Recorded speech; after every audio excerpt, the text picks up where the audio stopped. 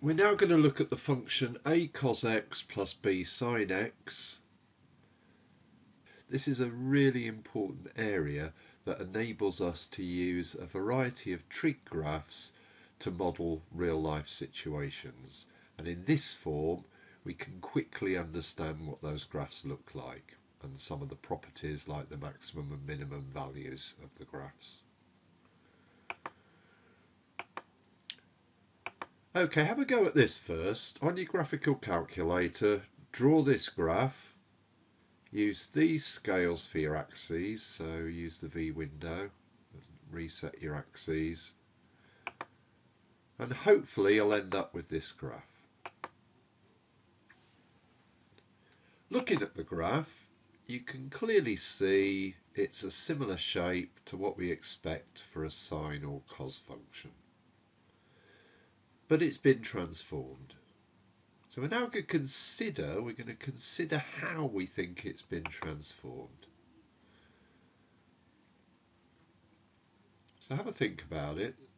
Think about how it transforms from, say, the graph of y equals cos x. Well, this wouldn't be a bad answer, would it? Stretch with a scale factor of 5 parallel to the y-axis. Well, it now goes down to a minimum here at -5, doesn't it? And this local maximum here at +5 for y. And it's translating, well, it looks like approximately 0 would be about here, wouldn't it? So approximately 40 degrees in a positive x direction. So that's not a bad approximation. But obviously, approximating isn't good enough. So what about an exact method for finding the constants r and alpha? Well, we know that that's the curve we've got. That's exact. So what we want is we want it in a similar form to what we found with our 5 here and our 40 here, but we want these to be accurate. To do this, we use the addition formula. In fact, specifically this addition formula here for cos A minus B, where RA is X and RB is alpha. So our right-hand side becomes, if we take the R out here, R cos X cos alpha plus sin X sin alpha. If we now replace the left-hand side with what we know is the case here, that's equal to this, we end up with this. So all we've done is expanded out this bit and ended up with this, and we've now replaced it here. Now this is an identity, and because it's an identity, if we multiply out here and look at these terms, we can see that we've got a cos x term here and a cos x term here, a sin x term here and a sin x term here,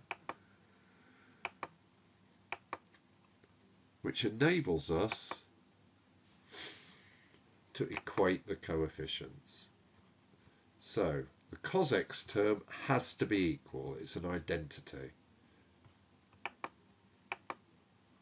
The sin x term has to be equal. So we can equate the coefficients. The coefficient of cos x on the left hand side is 4, on the right hand side is r cos alpha amount of cos x. So that's got to be true. R cos alpha must equal 4. Similarly with sin x, you can see you've got 3 lots of sin x here, and you've got r sin alpha lots of sin x here. Make sure the signs are the same. They should be if you're using the right addition formula. Now we've got 2 equations, but we've got 2 different trig ratios.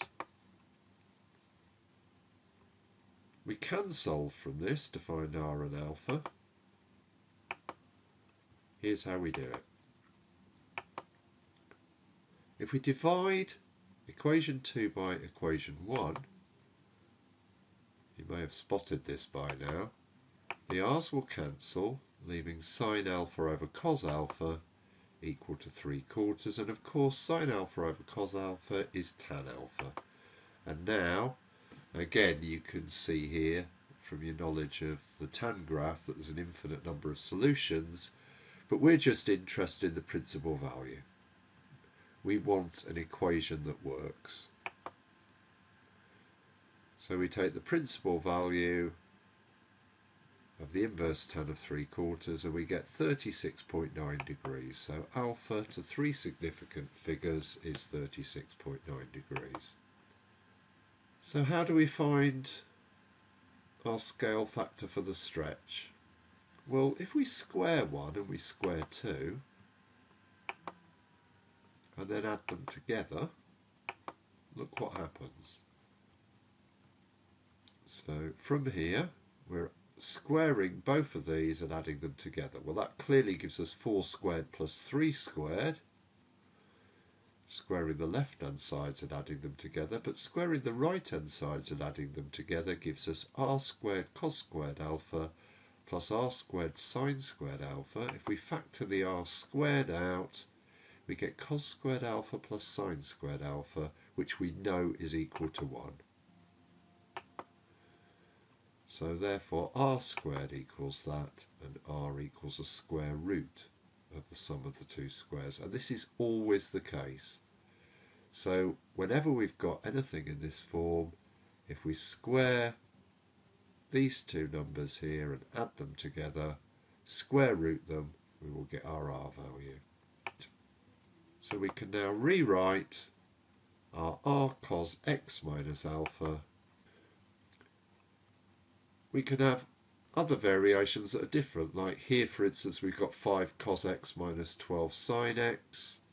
So what we now need to do is pick an appropriate formula where there's going to be a cos x on the left, a sin x on the right, and a minus sign in the middle. So the most appropriate one to use here would be cos x plus alpha, because then when we expand that out, we get a cos x term here, a minus sign here, and a sin x term here. So you need to choose the correct addition formula to match the left hand side and the right hand side with the same sign. Right, have a go at this now to find alpha correct to 3 decimal places and r.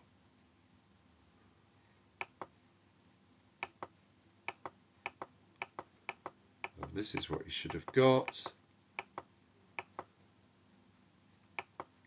So alpha 67.4 degrees and r 13. There we go. Worth having a check on your graphical calculator to make sure that you're getting the same results for this curve and this curve. They're the same thing.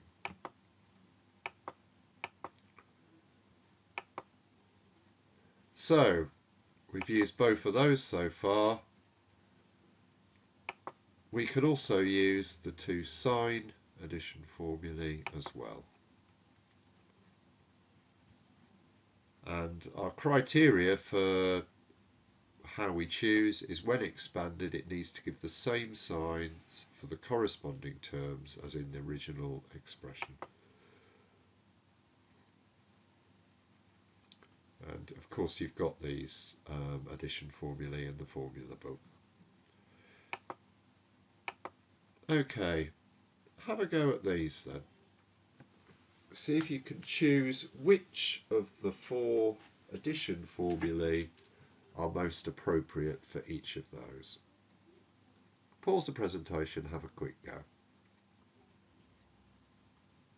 R sine x minus alpha for this one. R cos x plus alpha for this one. R cos x minus alpha works for this one, and R our sine x plus alpha works for this one. Have a look at 3 and 4, and are there any others that work? Well, for 3 and 4, you could switch the terms round, couldn't you? Because they're plus, it doesn't matter whether you put 4 sine x plus 3 cos x or 3 cos x plus 4 sine x. So you do have alternative formulae that you could use depending on which way around you write these terms. Okay, so we can use either of these for these addition ones. These ones we've no choice, we have to use those two there. If you're in any doubt about these, expand these out and have a look at where the sine x term and the cos x terms are and the sine in the middle.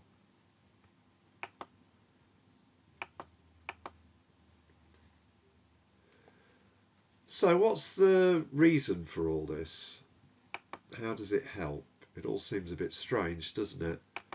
But the main reason is that it makes it really, really easy to understand the function. It's really difficult in this form to have any idea what the function's going to look like, whereas in these forms, not only can we see the function, we can imagine what it's going to look like, but we can very, very quickly get bits of information about it, like the maximum and minimum values.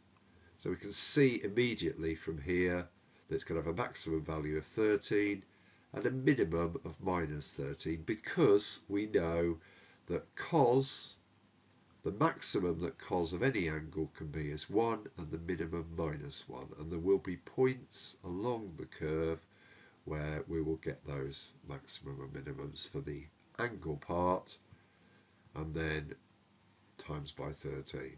So 13 is the maximum, minus 13 the minimum. Okay, we've got 3 questions to have a go at here. For each of them, express in a form with an r and an alpha, and the forms are given there for you. And then secondly, write down the minimum and maximum values. Pause the presentation, have a go. If you're successful, then you'll be ready for the lesson. If not, as always, go back over it, have a look in My Maths, have a look in the textbook, whatever it takes to make sure that you're okay with this topic. Okay, here's the solutions. The first one,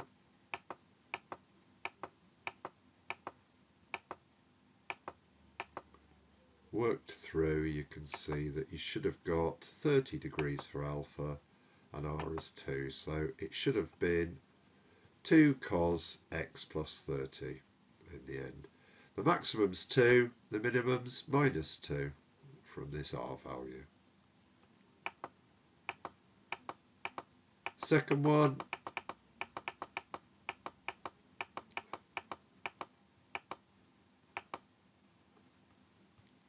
five sine x minus 53.1 degrees with a max of 5 and a min of minus 5. And then finally, 25 sine x plus 73.7, max 25, minimum minus 25.